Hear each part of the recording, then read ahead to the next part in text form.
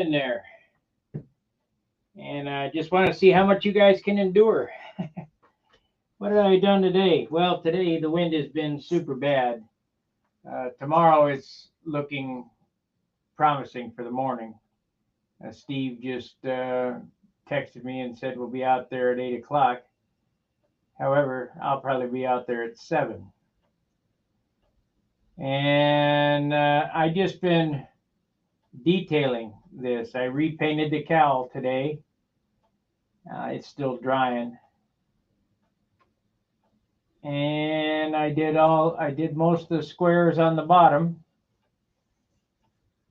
And let's see, I swear, everything is good. When I get there at the Nats this year, everything is going to be fixed. Everything. I don't see how I won't get maximum points because I'm going to fix everything. And it's just one of them deals, I don't expect you guys to, if nobody comes on, we'll just end this in 15 minutes. But, because how much can you endure of me sanding and rubbing? Well, I see we got one person in here. Nope, they left. Of course, I don't know. They show up and then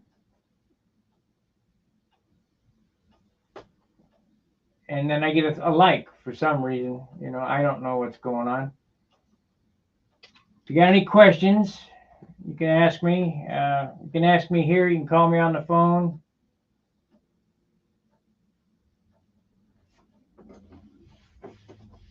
It's coming out pretty slick. I still have one more repair I'm going to do, and that's that burn spot I did right there. I'm going to sand that out. I'm not going to do it tonight because we're going flying tomorrow. But the rest of the week after tomorrow looks bad. So we'll do it. We'll do it Wednesday. I'll sand that out, airbrush that in, and then clear this side right here one more time. Or maybe just right here. I don't want to add a bunch of weight. We're still at 61 ounces. And I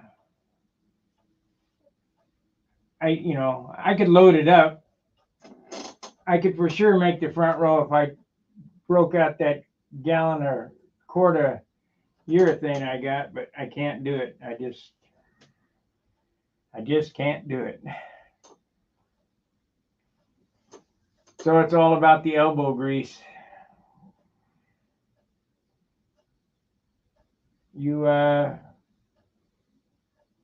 I made another set of banner wheels today. I don't really like these as well as the other ones. They're the same weight. But see how they have they're stepped in right there. I don't really care for that. So I'll get another set of Dave Brown wheels and do them up. But see, I like 2.5, so I don't want 2 1/4.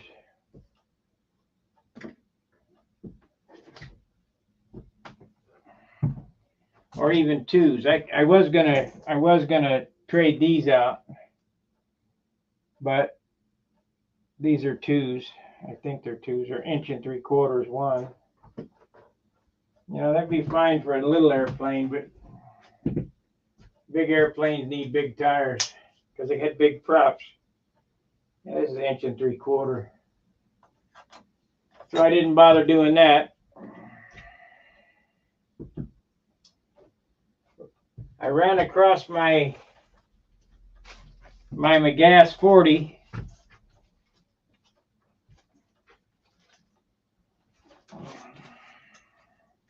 I know I've shown this before, but I need to run this thing.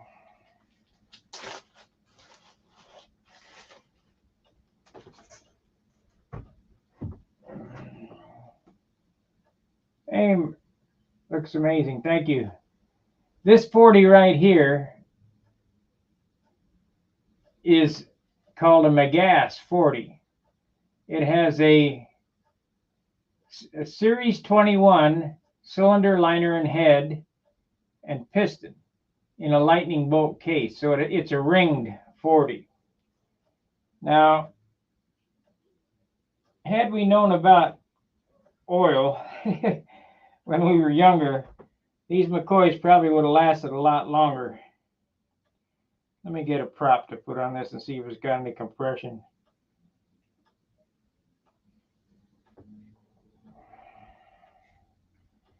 These engines sound so amazing. Let's see, we want a 10.6 EW 10.54. I could use that. We'll put this on it. This is a 10.5.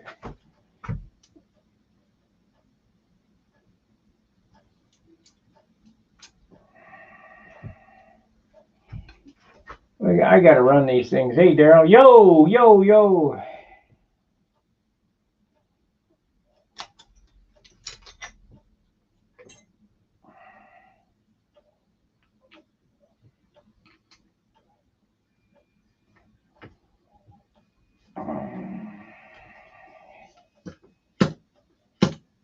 Still got pressure. Put a couple of drops of fuel or a couple of drops of oil. A little, yeah.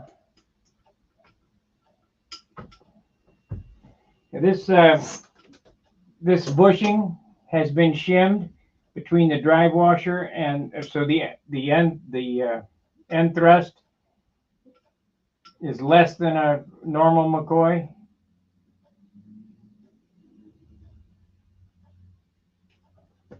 But this is true old school right here. Might put this in this airplane right here.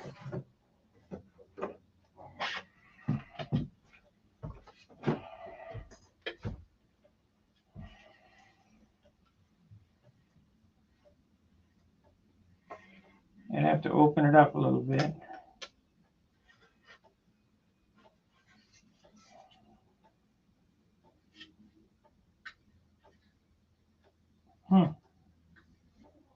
Looks like that came loose. Well, I'll just put some CA down there. This here is an Excalibur. Dick Mathis Excalibur. Put that McCoy in it. I got all the parts cut out for this.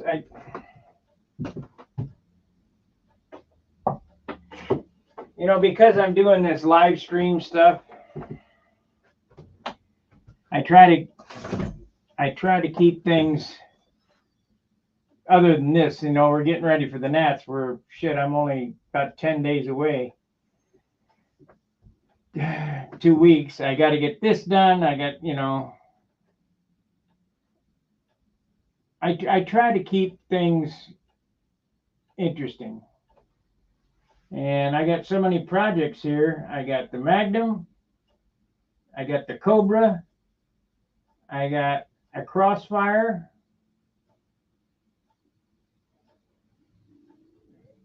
If nobody's going to buy that Alray Bearcat, we're going to build a Bearcat, I guess. So a Bearcat. What else? Oh, my next year's Nats plane. I'm sure that I'll go to the Nats and see something that'll inspire me, and I'll immediately, when I come home, start on next year's Nats airplane. But you see, when I say next year's Nats airplane, that's baloney, because this is 2 years old. My Aegis is a year old. You know, I've flown these, but they haven't been in the Nats. So the Aegis is next in line. Actually, was the Thunderbolt first. I got to finish the Thunderbolt. There's a lot of projects to do. So maybe I'm instead of starting another airplane, I need to just catch up on what I got going on here. The Magnum, the Thunderbolt, the Cobra, and then we'll build something else. I started another airplane when I was in Dayton that I have half the wing done and a stabilizer and elevator.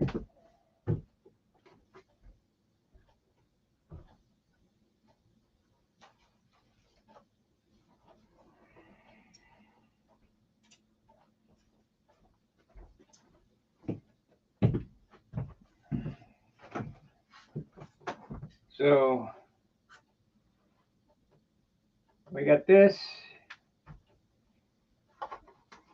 This is I can't remember which side this is. This is an outboard. This is the outboard wing. Yeah, because there's the landing gear. Yep, we got to turn this so you guys can see it.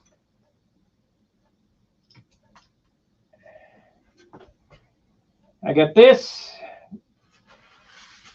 So I need to build another half. I got this, the stabilizer. So there's quite a few projects. You know, you guys need to tell me what you want to see.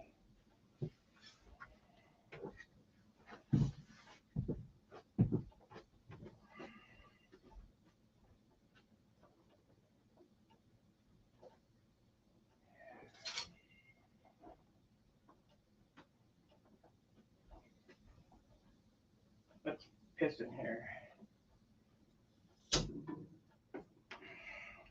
I just noticed, I haven't seen those in 6 years, but I got a set of ribs cut for a straight wing S6B Supermarine.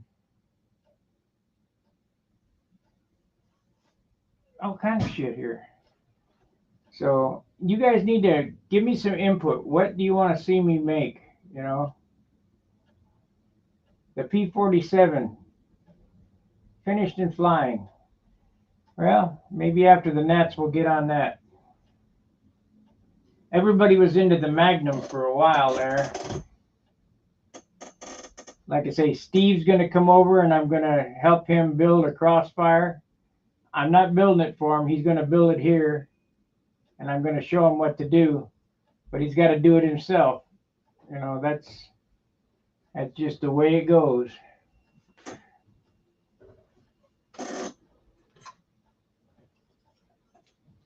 P-47's about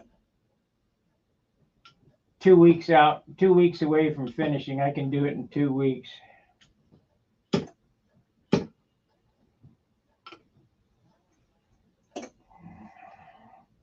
Uh-oh, computer just went off. What happened there?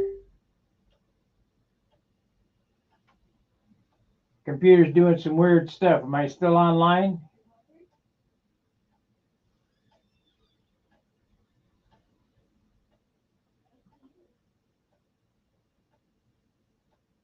I do not know.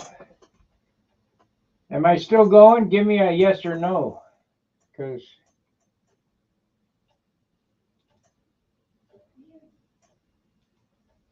there we are. Well, that was weird. Computer shut itself off and turned itself back on. Unreal.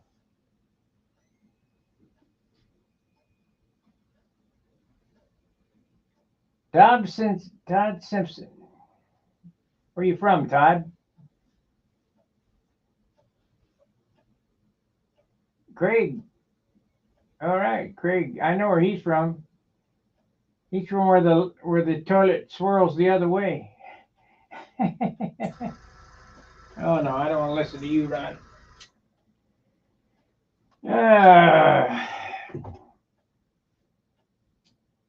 16 minutes. I guess we'll just do a half an hour.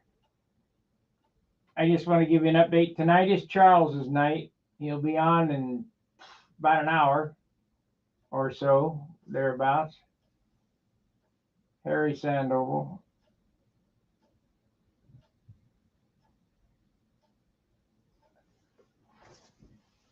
I live in Orlando and fly with Larry Wong and Mike Schultz and or Alameda Aeronauts. Yeah. And Harry says, what kind of paint do you use from bare balsa to done? I only use Randolph dope. Doesn't matter what paint you're going to use. Randolph dope to me is the best. It's got the highest pigment content. If you remember, if you ever watch Windy videos, you always saw him decanting. Well, I can prove this. If you buy Brodak dope, let's say you have a quart of Brodak Insignia White, and I have a quart of Randolph Insignia White. You will paint one airplane with that quart, and I'll paint 4. There's more pigment in the Randolph dope, hence meaning a lighter airplane. So that's what I use. You know, I knew that Billy takes Aerogloss clear and does the first coat in Aerogloss and then paints probably SIG over the top of it. I don't know what kind of dope for sure Billy's using, but if he ain't using Randolph, he's making a big mistake. All the dope is made by the same company, and that company is in California. Randolph, Certified, Acme, they're all out of the same building with Rodak with different formulas.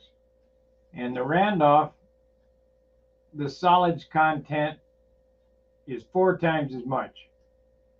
So if you ever watched a Windy video, you'll see that he would, how did he do that?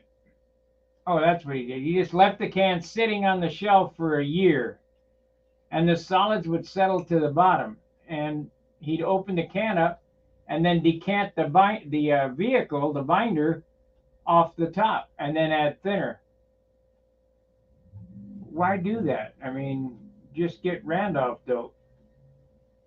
And another bad thing about that is when you take the binder out of the paint, you end up with chalk. When you sand it, it's chalky because there's no chemical in it to hold it together. So I don't recommend decanting. This whole airplane is 1 quart of dope. That's it. The colors, maybe the colors on this maybe 4 fluid ounces, the blue and the red together. 4 fluid ounces, 1 quart of dope, and the white is probably another 2 to 4 ounces, 2 cups. It's 4 ounces because it takes 1 cup for the top and 1 cup for the bottom. But if you followed my finishing method, if I'm going to paint a red airplane, I tint the base color with red so that all the way from the bare wood, I'm staining the wood red all the way up. So 3 coats of, I call it candy apple red. You know, it's just, or white or whatever color you're going to use. By the time you get the paper on and you're ready, that quart is gone, the airplane's already white or red or whatever. And you just take 2 ounces or 4 ounces and you dust on a coat of your color to block it out. Because if you look at my airplanes, when they go up over the light, you can see through the wings. And that's the only way you're going to get a light. Yeah, that's right. That's the only way you're going to get a light airplane is leave the dope off. And that my method of the diet, I mean, I came up with the diet, I don't know, 15 years ago, and it works. I used to just tip the can and keep painting until it was done. You can't do that. Just you get 1 quart of dope, and when you're out of paint, you're done painting. It's pretty simple. On this one, I did add some extra dope, some extra clear, because I'm doing all these touch-ups. I fixed the stabilizer, I fixed the black checks, I fixed the cowl. I'm gonna fix this spot here. So you got, I'm a quart and a half a pint. And then of course I redid the canopy. So we got extra paint for that. But we're still at 61, 61 ounces. And it was at 58 ounces, but I've been doing some rejiggering of things. I had the Casminato tank in there, and I put the clunk in there, and that added an ounce right there. And I went from the carbon spinner, this carbon spinner here that weighs 7 grams, to the aluminum spinner. And the reason I did that is when I put the 1548 carbon prop on it, that was 2 ounces or whatever, it was more directionally stable, telling me that it was better to be a little more nose heavy. So I put the 14.5 wood prop on, and that cut the weight in half. So I added the aluminum spinner back on it to balance it back where it was. So it's a little bit of jockeying things around. I'm just shifting the weight, around. I did fly it with the aluminum tank, a wood prop, and with the cast tank, the light spinner and a wood prop. And Joe saw it fly, and he thought it was fine, but I feel that it just wasn't quite directionally stable enough. I did have some tail weight on it to see if I could get it to turn a little better, but all I did was open up the handle to get more control on it, and I got a turn and a half on this thing. This thing will turn over itself. And the only way you can get it to do that is if the airplane's light. When I sit and watch these airplanes at the Nats that are 75 ounces, they are lumber wagons, man. You can see them struggling to go over the top. But them guys got enough practice that they could whip a toilet seat and make it look good. I don't know if I told you this, but the transmission shifter in my car went out. I finally found one online today, and it's going to be here Wednesday. I didn't think I'd ever find one because that's an oddball part, but there was a crashed car down in Florida, Panama City, Florida, with the shifting mechanism in there. And it was on eBay, and I called them up. How'd you get my number? Well, I just know how to do it. And talked to them, and they said, yeah, well, okay. So I'll be doing that Wednesday, but it's supposed to be raining, so it's not a big deal. And we're only going to get a small window in the morning tomorrow to test this. I got to thinking about this, the way the engine was acting. When I put the clunk tank in there, they kept telling me you got to raise the uniflow vent. So I was twisting the stopper in there to raise the uniflow vent. When you raise the uniflow vent, you lower the feed line. So you turn it in and it runs lean on its wheels. You turn it upside down, the feed line is above the venturi, and it fattens up. So now with this tube that I got in there with the little butterfly on there, I can adjust. I feel that this, fingers crossed, that this is going to solve the problem. Tomorrow's the day. If I can't solve the problem, this is out. We'll go back to Old Faithful. I have to doctor that thing up.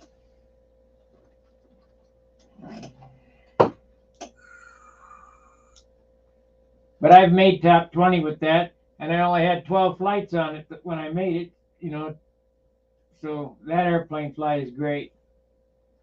This airplane flies good if we can just get a motor run. The trials and tribulations in a big scurry to make it to the nets. The big show.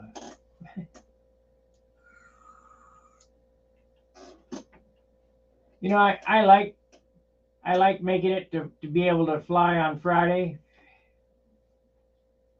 top 20 day. But it's really not that big a deal because I don't have the practice in for top 5 or anything like that. You know, like Joe Gilbert, he goes all around the country and he's going where the weather's good and he's flying and flying and flying. He's probably got 500 flights in already this year, and I got a couple dozen, you know. So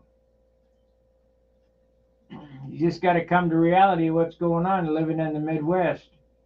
The Midwest weather is crap, and I won't get to start flying anywhere near decent until September. And then by the time I'm flying good, it's starting to get cold and snow, and I'm not flying in the snow. When I was younger, I started the isolated stunt contest was started by me 20 some years ago on my birthday, because that was mid-season. It was midway, so September, and we fly up until October, I'd say. So you got half October, November, December, January, February. So 4 months with no flying. You need a tune-up midway between, you know, the season. So I don't know. This year I may try to make it, you know, brave the cold. We used to have plastic, and we'd wrap around the pagoda and put one of them salamanders in there to stay warm. But as you get older, getting cold, it ain't no fun. I don't like it. I don't like it at all. Seeing as I'm from the desert, I get really dark during the summer, where most people burn. I just turn black because of coming from the desert and having your skin pigment burnt.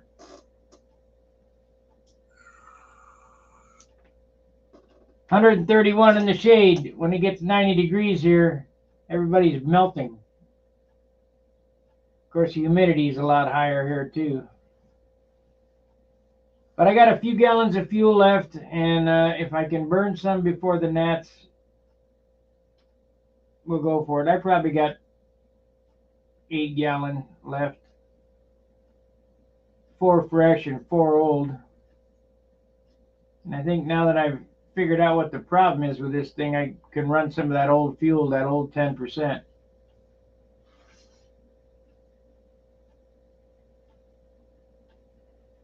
Maybe I'll have Bill make me another 5 gallon. Yeah, I probably will call him up and say, bring me some more fuel to the gnats.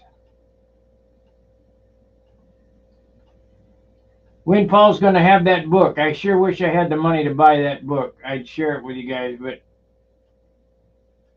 I'm not working anymore. It's, you know, stun hanger's draining me.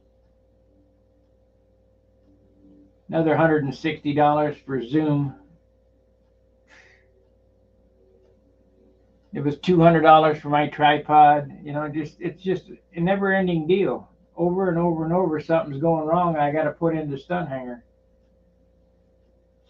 Plus the rent on the thing. And I don't have any products to sell. Maybe I need to sell something. I don't know what it'd be. That's why I wanted to do them control horns to get a product to sell. But alas, we haven't got any laser cut metal parts yet, so that ain't gonna happen. Not for a while. I got prop molds and bell crank molds that I can make, but all that shit takes a lot of time, you know. So if I'm not making a video on doing it, maybe we'll do that. maybe I'll start making some carbon stuff again. Seeing as I got better resin, better molding stuff, better techniques, and a place to autoclave it. That was kind of a problem, the autoclave part. I got that under control now. So like I say, I'm not going to do it tonight because we're going flying tomorrow, but we're going to fix that burn spot. I was telling you, make sure you don't do that. And sure enough, man, I burn it. It's got 3 little BB size bubbles right there that need to be sanded out and touched up and cleared. Because I ain't giving them guys any reason to go, hey, what are you going to do about that? How come you left that like that? No, no, no. I was looking for a Vico or Banner Wheels logo to put somewhere on the nose, maybe up in here like a sponsor type deal. A perfect logo. Something old time put here and there.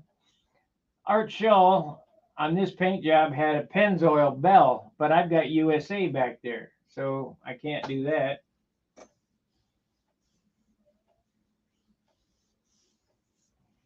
So I don't know what we're going to do. I'm not going to do gold leaf. It's too close to the nets. I mean, first thing I got to do tomorrow is make sure that the thing's going to run right, and I think it will. I'm banking that it will. It has to. Identify the problem and fix it. And I have that adjustable Uniflow tube. I have a wheel collar on that Uniflow tube with a 440 screw in it. All I got to do to move the Uniflow is push that down and it'll rotate the tube up or down, either way. And I don't have to take the tank out or anything. Just push it down and it'll do it.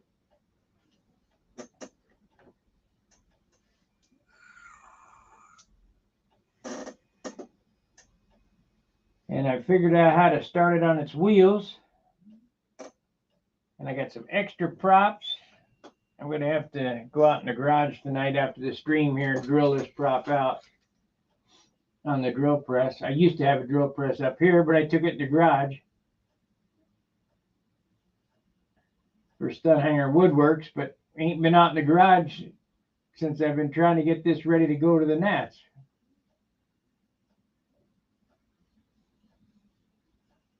There just is not enough time in the day. I mean, I get up early. I get up at 5 o'clock in the morning, or sometimes earlier than that. There's just so much to do.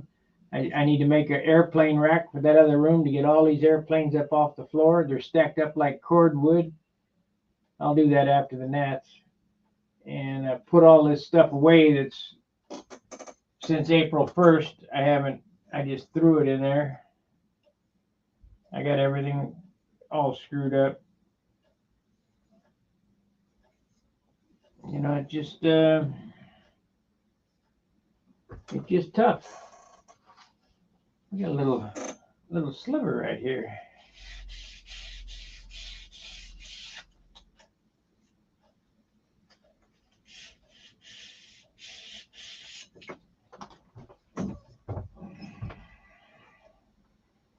You can tell I like that old time equipment.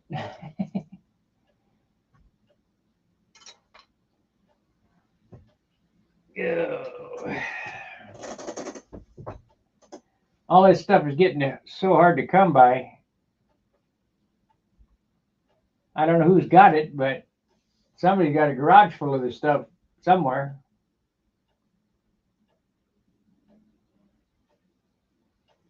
I bet I got 500 props in that box over there. At least 500 rev ups. I mean, I don't know. I'll have to count them. See how many rev ups I got of different configurations.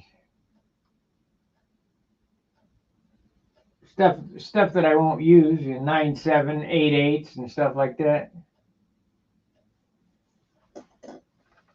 And then I got a box of props I'm going to sell at the Nats, APCs, and I got some left-handed stuff and just all kind of weird shit. So $2 a prop if you're at the Nats and you see my box of props, or make me an offer on that box. Take the whole box. I'll count and see how many I got in there. Probably 200 anyway. That's the bad thing about toting all this crap around. Everybody onesie twosies it. And you got one of these? No. Well, I don't want it then. Okay, I just drug it over here for nothing.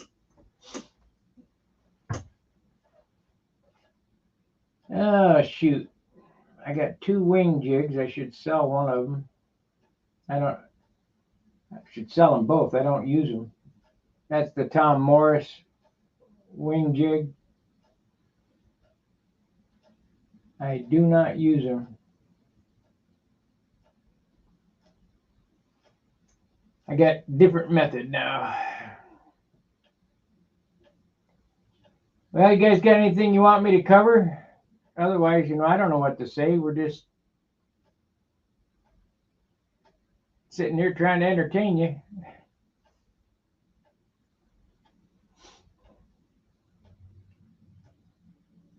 I'm sure Charles, when he comes on with all his, but they talk mostly about electric stuff, which is fine.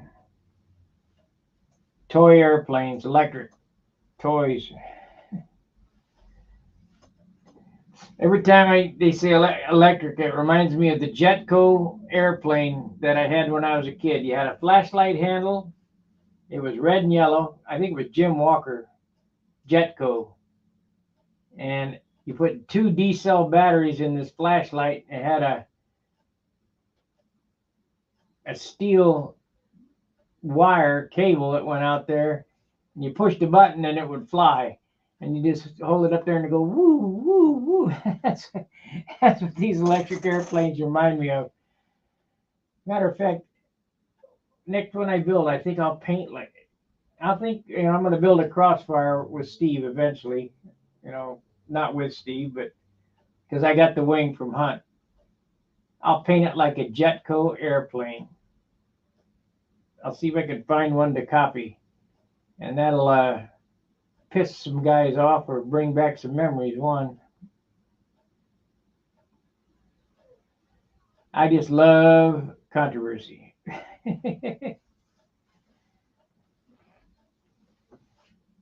Anybody remember those airplanes? Let me see if I can find a picture of one real quick. I'm sure it was Jetco Fireball. Let's see here. Hang on, I'll see if I can pull it up. Well, if I find it, I'll show it to you. And search Jetco battery, Battery airplane, AIRPLANE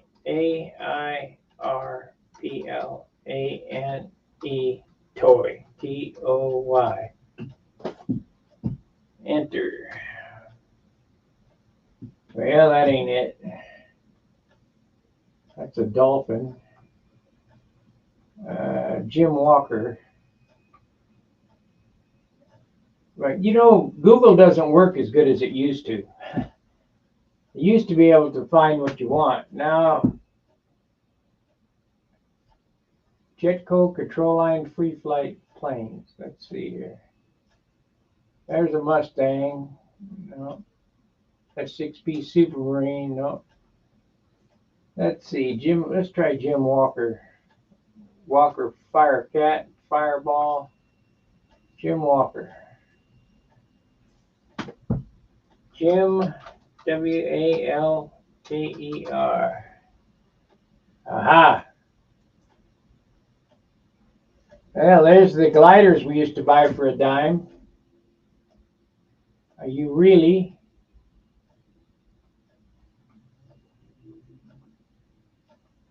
Let's see. Let's try images and see images.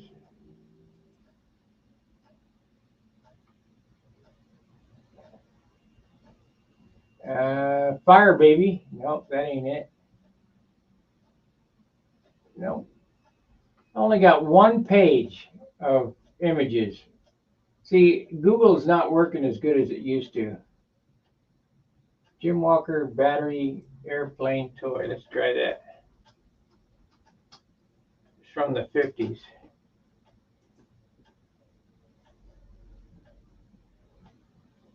We're getting closer. Fireball. No.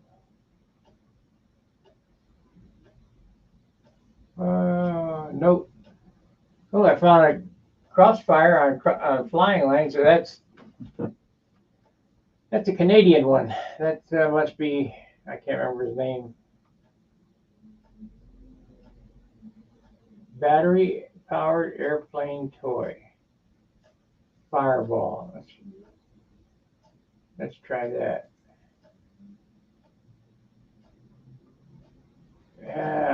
Sorry guys. I will look for it and I'll show you when I find it. I've seen them on eBay.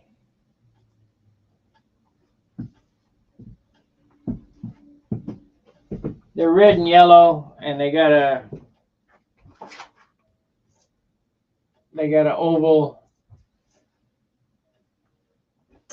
oval sticker on them, and it's got about a 5-foot wire on it. Toy airplanes. Well, we've been on 42 minutes talking about nothing, so I guess that's about all I got. You wasted another 40 minutes with me.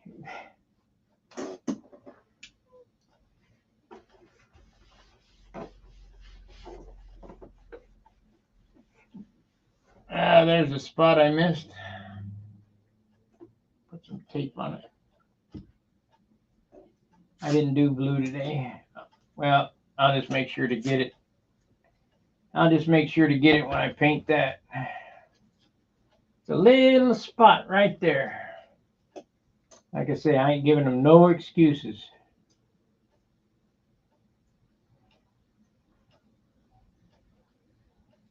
The doctoring up took longer than rubbing it.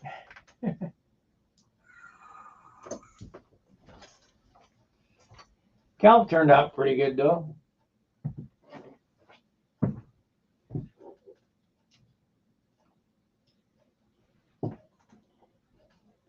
Still a little wet.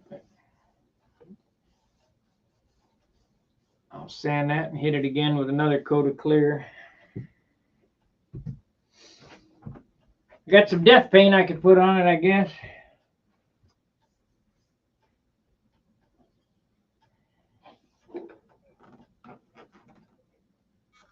I don't want to get too out of hand though.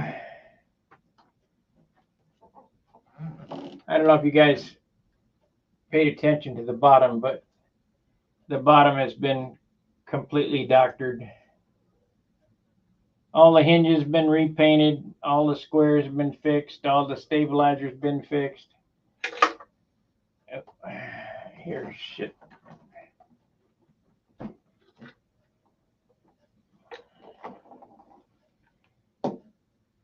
We got no buggers on it, so that's good.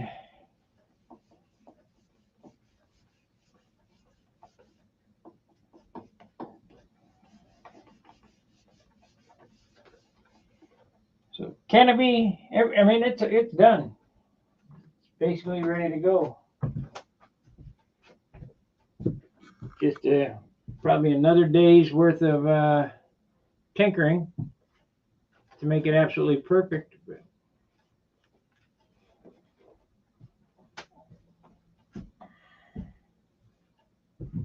It took a long time to fix all the mistakes. I should have done it in the first place. I should have done it before I took it to Brodax.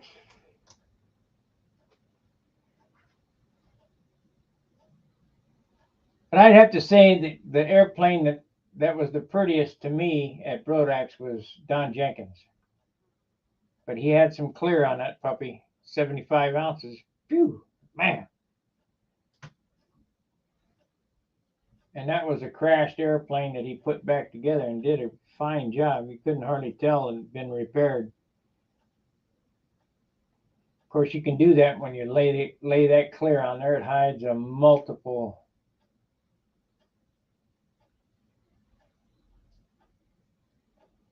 Alameda. Yeah, I know where Alameda is. Let's see, what the hell was the name of that Knights of the Round Circle? There in LA. I can't remember. What's the name of the club in LA that flies out at Whittier Narrows? I was part of that 50 years ago.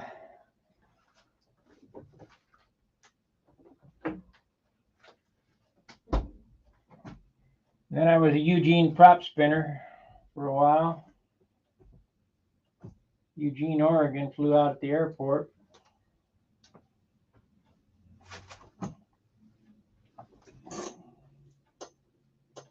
You guys ever get, I don't know what it is now. Yeah, right. Yeah, I couldn't remember. I was one of those, and then I was Eugene prop spinner for a while. And we had a club in the Navy. I don't even remember what the name of that was.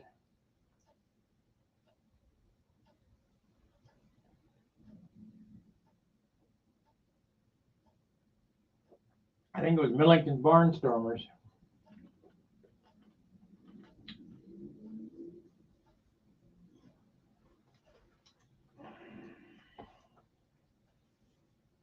Then I've been a buzzing buzzard, Lafayette Escadrille, wherever you're at, you got to be part of their niche, their clique. There ain't many buzzards left, and they're all buzzing. They're all old, and that's why I call them the old buzzards. One of them 90, just turning 90. I think the youngest guy there is TJ, and he's probably 40 something, but everybody else is 60 and up or dead. And that's basically the same with Lafayette Escadrille. Everybody's 60 and up. There are no young guys doing this.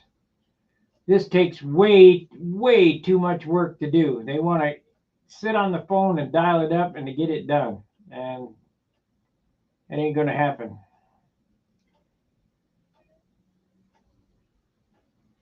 That's a shame. I find it very therapeutic to come in the shop and sand. Sand and sand and sand and cut. And now I'm sharing it with you guys.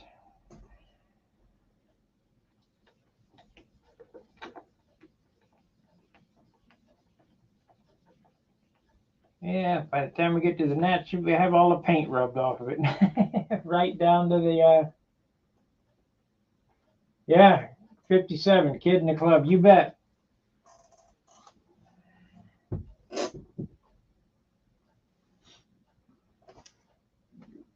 Go to the gnats and see the age of the people there, That's why I don't understand why the gnats isn't in September, because they say it's for the children, for the kids. There is no kids. So that's BS. I think we got 2 boys, the Alma brothers. Hey, you want to rearrange everything for 2 guys? Give me a break. Come August or September, the wind has died down. In September, the wind has died down and it's cooled off. That's a perfect time for the Nationals, September, instead of July, hottest part of the year. And the wind is ridiculous, but June is even worse. They want to, every time they move the gnats, they move it up closer to the beginning of summer. And shit, that's when the wind is. Ridiculous. I saw it one year, winds over 25 miles an hour, consistent. I didn't fly then. I ain't crashing my airplane for that. And matter of fact, if the winds are howling this year, I won't even fly. You know, don't have enough practice in, it's not worth it. You know, you got them like Joe Gilbert. He's probably the best wind flyer I've ever seen. I mean, that guy can work that airplane. Really work the airplane. Think, how the hell? I mean, but he flies in Oklahoma. And if you ever flown in Oklahoma, you know what it's like. Or is it Arkansas? I don't know. One of them, Oklahoma, Arkansas, somewhere west of here. When I used to go to, I think it was, what's on the other side of Kansas? I don't even remember. Anyway, I used to go to a contest over there when I think D Hill is part of that crew. What's that guy's name that was, he just passed away. They fly at his house. I crashed my jet there. The wind was so bad I could not get the airplane to make the corner. It was howling. I hit the ground and went pew, into 1,000 pieces. But that airplane didn't bother me too much to lose that airplane because there wasn't that much work in it. When my Thunderbolt hit the ground in Memphis, that was devastating. I had a lot of work in that thing. But I did get 4 years of flying out of it, so it didn't owe me anything. They all have the service end date. Some are a little shorter than others. The other day I just saw one hit the ground. And he ain't got a whole lot of time to get it back together. No, Al Rabe passed away. Al Rabe sent me. I have Al Rabe's original Bearcat molds and set of skins that Al Rabe made, and an Al Rabe Bearcat kit from Walter Umlin, and Al Rabe's Sato 72, and Al Rabe's muffler, and 2 of the correct canopies for that airplane. I'm trying to sell that kit, and I got 18 Al Rabe videos. I'll send it all to me before he died. I want to make sure that it gets built. That was his donation to Stunhanger.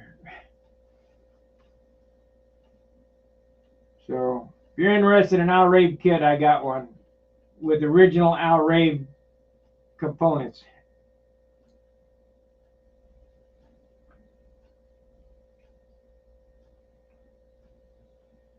The BBQB. It's a big, big airplane.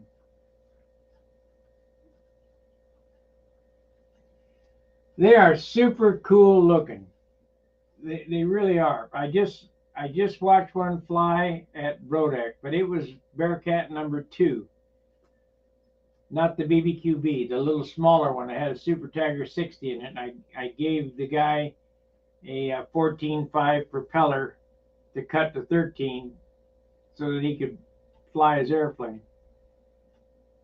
And they're really cool looking, but Al Rabe designed it to be 2 scale. The wing isn't big enough to carry the weight of that airplane. So at least the little one. The BBQB is a bigger airplane, bigger wing. I don't know. I've never seen one of those fly. Keith Trossel did real good with his Bearcat 2, and John Jordan has one painted just like it. It's the orange, the Gulf Bearcat. It's orange and white, black pinstripes. It had some kind of adjustable wiggly rudder on it with a cam on it. And I hear Keith lost his airplane. Keith is a good builder. He's built some neat stuff.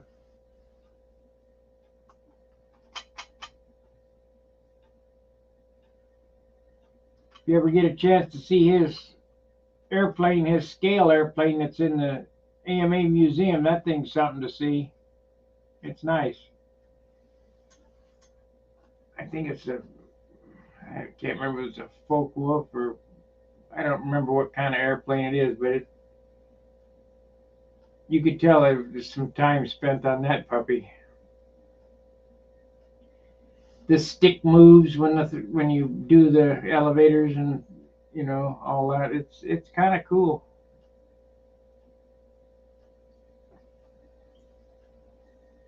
Of course, that wouldn't be hard to set up,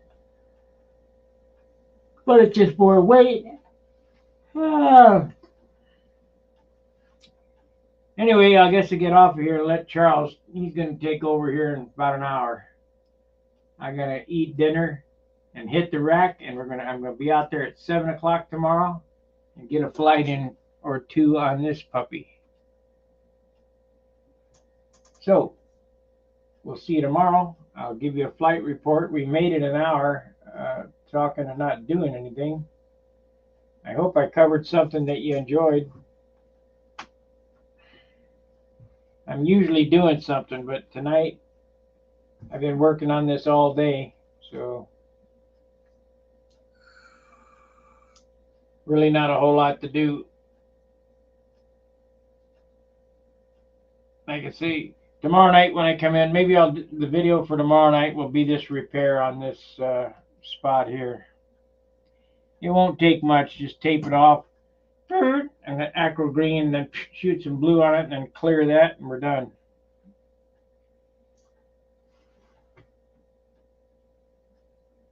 Not a problem. I just don't want to give them any opportunity to go, hey, what are you going to do about that? Not a damn thing. I wouldn't have burned it. I wouldn't have had to do it. And I was telling you guys, don't do this, and sure enough, it did it on me. So live on air, mistakes happen. Mistakes were made. But I did paint that back stripe. I really like that back stripe. It really added an accent to behind the canopy.